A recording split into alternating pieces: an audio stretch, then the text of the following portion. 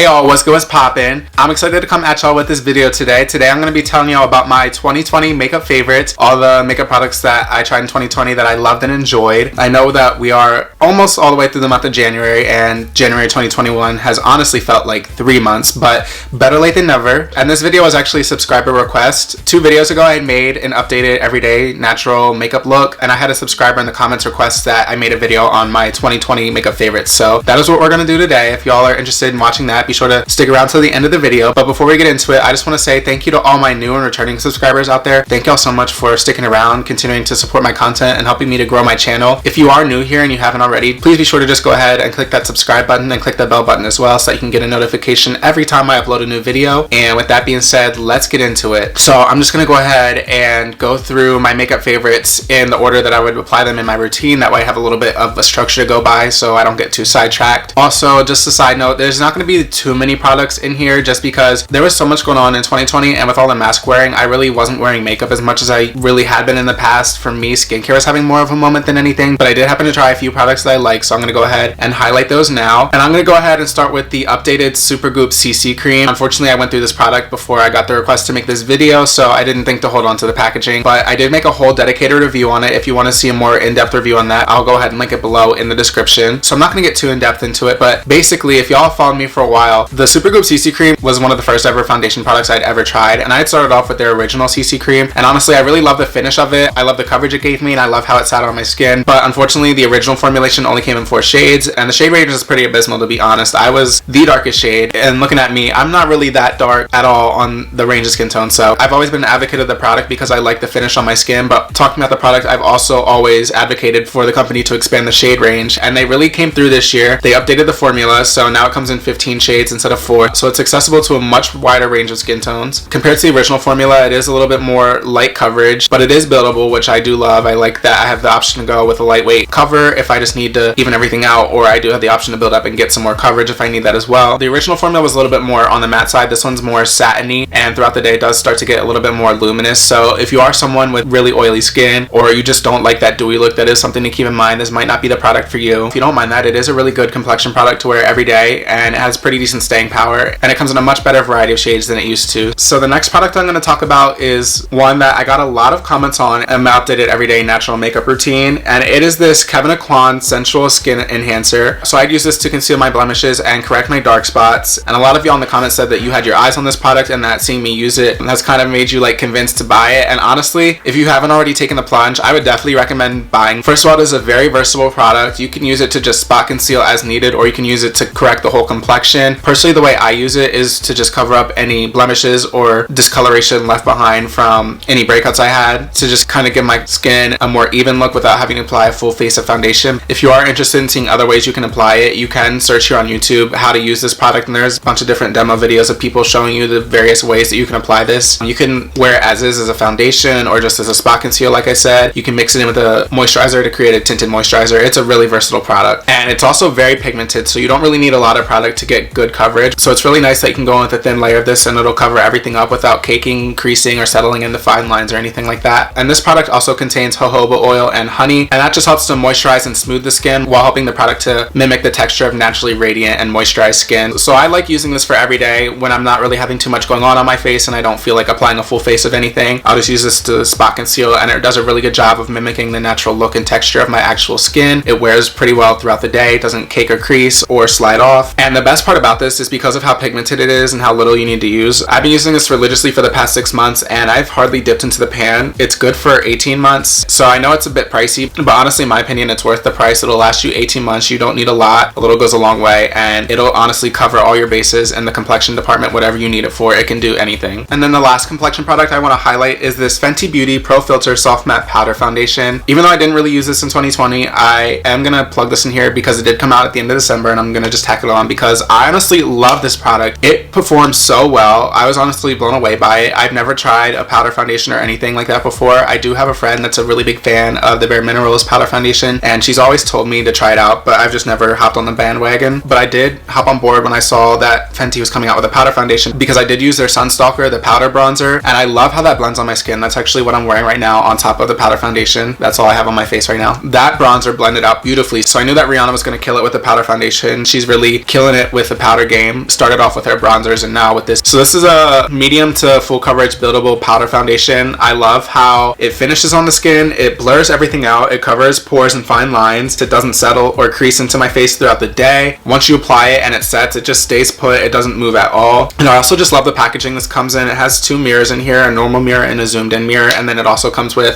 a powder puff for you to apply on the go. I definitely recommend this product. If y'all want to see a full-blown video review on this with my first impressions as well as a wear test, I did do a dedicated video review to this, but definitely my new favorite foundation product. I'm glad I tried this out. Alright, next category, I want to talk about bronzers, specifically cream bronzers, and I've tried quite a few out this year. So the first that I want to highlight are these Fenty Cheeks Out cream bronzers. So I have 2 here, one in the shade Macchiato and one in the shade Honey Glaze. So these come in 7 shades altogether. There's 6 bronzing shades and then they have 1 sculpting shade. I believe one of the matchsticks in the shade Amber they made into a cream bronzer. So what I like about these is that they're lightweight and buildable. It's really hard to go in too heavy with these. You really have to apply them layer by layer, which might sound tedious, but I actually really love the control that it gives you. I love the blendability with these as well. They blend really well even over powders. And in addition, Rihanna released these during the summer, so I was excited to see that these were formulated to be water and sweat resistant. So these have a really good wear time as well. They don't really slide off the face or budge too much once you apply them and they set. And even though these are a cream product, they're not greasy or sticky. I don't feel things sticking to my face. I don't feel like my face is tacky or anything after I apply. They set down really nicely and blend in with the rest of your makeup. It doesn't feel like you have a separate product sitting on top of your makeup. And another thing I really love about these is the undertones. I love that they have a nice combination of warm and cool tones in here, so it really helps you to both bronze up the skin and sculpt as well. I especially love Macchiato. This one is lighter, the 2 shades that I bought, but it's also a little bit more neutral. The other shade I have, Honey Glaze, is a little bit darker, but also leads a little bit more towards the warm side. This is like a true neutral, has a good balance of warm and cool tones in it, so it really helps to define my features, but it also helps to bronze up my skin and help me look nice and tan. The second cream bronzer I want to talk about is this Tarte Sea Breezy cream bronzer. So I have 2 shades here. I have the shade Grace Bay here in the full size, and then I have the shade Seychelles here in this travel size. It comes in 3 shades altogether, so Seychelles is the lightest, Grace Bay is in the middle, and then I don't remember what the darkest shade is, but it is decently dark from what I remember from the swatches on the website. Just like the Fenty Cheeks Out bronzer, these are water and sweat resistant. These were also released during the summer, so I love that Tarte had that in mind to make these water and sweat resistant, so they had a longer wear time throughout the day, and they do wear really well. These contain a blend of moisturizing ingredients including marine plant extracts, coconut extract, and hyaluronic acid to really help smooth the skin when you apply it. Again, just like the Fenty bronzer, these blend in seamlessly with the skin. My only thing about the product is, like I said, there's 2 sizes here, so all 3 bronzers come in this big size here, but then only the shade Seychelles comes in the travel size, and I really wish that they would make all 3 shades come in the travel size. And just a little thing I noticed with this, so the travel size of the Tarte Seychelles, it comes with 0.21 ounces of product and it sells for $14. The Fenty Cheeks Out cream bronzer in the shade Macchiato sells for $32 and it comes with 0.22 ounces of product. So with this, you're getting essentially the same amount of product, and the shade Seychelles is pretty much an exact dupe for the Fenty cream bronzer in the shade Macchiato. If y'all have your eyes on the Fenty Cheeks Out but you don't necessarily have Fenty money, there is an alternative if you happen to be the shade Macchiato. And then the last cream bronzer I want to highlight is this Tower 28 Bronzino cream bronzer. I have mine here in the shade West Coast. Firstly, I want to just say Tower 28, I really love the brand. I love the philosophy behind the brand. I believe the founder has eczema or something like that. So all of their products are formulated with sensitive skin people in mind, and they're formulated to be non-comedogenic, good for your skin, calming, non-irritating, all that. So I really love the thought put into the formulations, and I really love that the brand has sensitive skin folks in mind. They're also cruelty-free and vegan, and they have an extensive blacklist of ingredients that they just refuse to put in their products. So it's nice to know that Tower 28 formulates all of their products not only with the health of your skin, but also your health in general in mind. I really appreciate that about the brand and their products and their formulations. Now, hopefully y'all can kind of see in the pan. I tried to show it up close to the camera, but it didn't really capture it well. It can look a little intimidating in the pan, and even when you initially apply it, it can look a little intimidating. I really thought that this was going to be super glittery, super shimmery, but actually when you apply it onto the skin and blend it out, it blends out really beautifully with very minimal shimmer. It just gives you a nice radiant, glowy, bronzed look. But if you do take the product and build it up a little bit, you can also give yourself a little bit of like a bronzed highlight effect if you apply it on like the cheekbones or the bridge of your nose or something, if you want to apply it that way as well. Now, because of that, this product does have a little bit of a radiant finish, so if you aren't really a fan of that, or you just happen to have really oily skin, this might not be the best product for you. But if you happen to have dry skin, or you really like to have a nice glowy complexion and you really like that dewy look, this is a really good bronzing product to use. The only caveat of this one is it's not formulated to be sweat or water resistant like the other two, so it's not going to have as long of a wear time as the Fenty or the Tarte cream bronzer. So now I'm going to move on to the brows. The next product I want to highlight is this Patrick Cha for Brows Shaping Wax. This comes in two versions. I have the tinted version here, which as you can see is a chocolate brown color, and then there's an untinted version as well. I was actually put onto this product by a subscriber, so I went ahead and picked it up, and I'm actually pleasantly surprised with it. I will say the tinted version, I did buy it because I was thinking that being a tinted product, it was going to help with filling in my brows. I don't really find that it does that at all. It has really good hold and whatnot. Like, it performs well as a product. I was just disappointed with the tint because I thought it was going to give me a fuller brow look, and it really doesn't do that. So if you buy the tinted version thinking you're going to get like a 2-in-1, this isn't going to cut it. You do need something separate to fill in your brow, even if you use the tinted version. That being said, I really like the hold that this has. It has a really strong hold once it sets, but it doesn't feel stiff. It's still malleable as well. And this formula contains ingredients like growth peptides, glycerin, and olive oil to help condition the brows, and also helps to encourage new brow growth over time so that your brows become fuller and thicker. I didn't really necessarily buy it for those reasons. I'm pretty satisfied with the thickness of my brows as they are, but what I will say is because of those ingredients, I've noticed that this brow wax, unlike some of the clear brow gels I've tried in the past, because those tend to have alcohols as well so that they dry and set quicker, those can be really drying on my brows, and they can be a little irritating as well. They can just make the skin under my brow itch, and those type of brow products also tend to flake up throughout the day. So I'm a fan of not only how this allows me to hold my brows in place all day while still leaving them malleable, but also I love the fact that this doesn't dry out my brows, make them crunchy or itchy or anything like that. The only downside to this compared to other brow products I've tried is it's a dry wax, so you do need a separate spoolie so that you can run it through the product. And then the last product I want to highlight is a lip product, and it is this Tower 28 Shine On Lip Jelly. I have mine here in the shade Cashew. So Tower 28, the brand, has actually had a lip jelly line for a long time now, but I've never really been interested in it because they just have a lot of bold colors, just colors that I'm not really a fan of. If I do want to wear a lip product, I tend to reach for more nudes and neutrals because I don't really want to wear something that's going to clash with my natural color. But this year they did release a line of milk lip jellies, which was basically just the lip jellies but in a bunch of nude shades, and this one, the shade Cashew, is my perfect My Lip But Better color. These are literally all of the benefits of a lip gloss with none of the drawbacks. So these contain nourishing oils like apricot oil and raspberry seed oil to nourish and hydrate the lips and to help give it that nice glossy sheen without being sticky. It comes in 4 different shades and it wears pretty decently on the lips. I don't think it would last if you're going to be eating or drinking anything, but definitely for everyday wear, going about your day, it's not going to slip or slide off. It just wears comfortably on the lips and it lasts a pretty decent amount of time as long as you're not, like I said, eating, drinking, doing anything like that. Alright, so that concludes the end of my video. Like I said, I didn't really try out all too many makeup products this year just because of everything going on. Makeup wasn't really as big a part of my life, but I did happen to try a few, and these were the products that I like and I recommend. So that's it for my video. If y'all enjoyed it, be sure to go ahead and give it a thumbs up. Let me know down in the comments below what you liked about this video, what you disliked. Let me know if we have any makeup favorites in common, and let me know what your makeup favorites were for this year. Also, let me know what types of videos y'all want to see in the future so that I can keep that in mind when I'm sitting down thinking of video ideas to film. Like I said, if you haven't already, just be sure to go ahead and click that subscribe button and the bell button as well so I can stay up to date on all my content, and I should be back shortly with a new video.